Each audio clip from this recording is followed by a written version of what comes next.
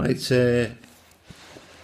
I've been on this computer before talking about the Muslims.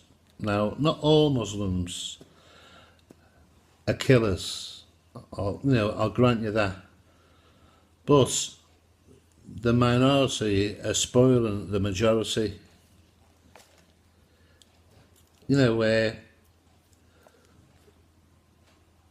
We let Muslims into this country. We let them build mosque.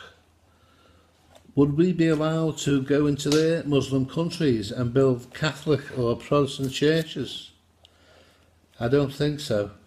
They'd most probably stone us to death. Also, if you disagree with their religion, they want to chop your head off.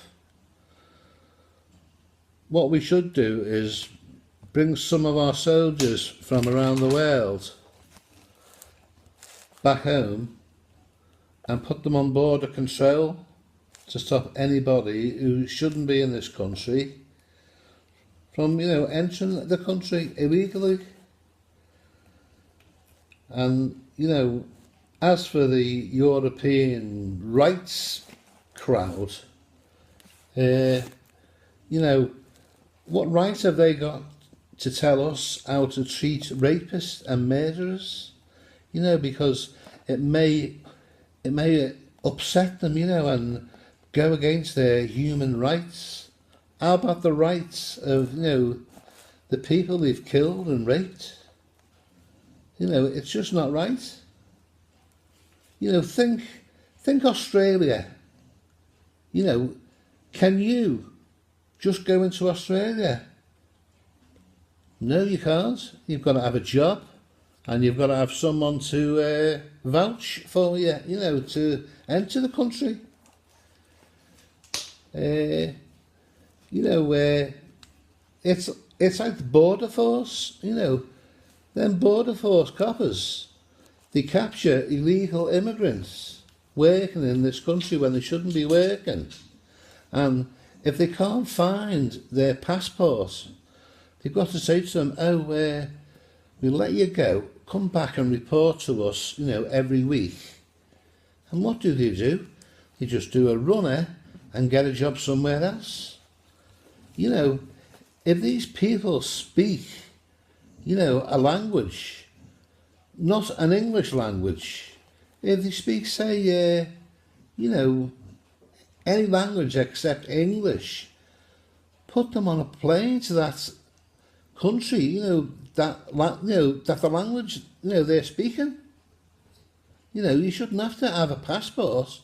If someone speaks Pakistani or something, send them to Pakistan or wherever, wherever they come from.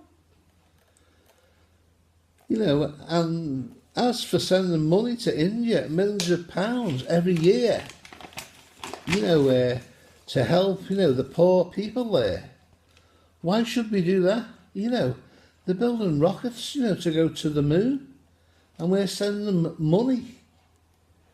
And as for these people who want to join ISIS, don't stop them joining. Have a plane for them and let them all get on the plane. Pay the plane fare. Stop the benefits. Take the passports away. And send the families with them.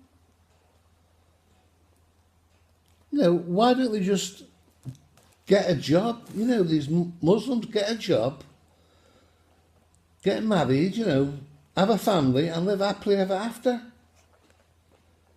Instead, that's all they want to do is chop people's heads off. If they had a job, they may not have the energy to want to chop people's heads off.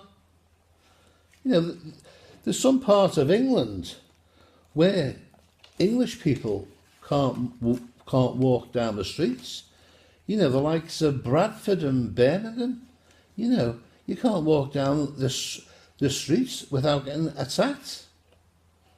And as for these Muslims who demonstrate as soldiers' bodies are, brought back from these war zones, they've been killed fighting for the country. Just arrest them, put them on a plane and send them back to Muslim countries. You know, if they don't like this country, piss off to their own countries. You know, you never hear any trouble from, Chinese. Chinese are very hard-working people. And you never hear any trouble from, the Sikhs. I mean, the Sikhs fought for England in the Second World War. So why should we cater for Muslims who hate this country?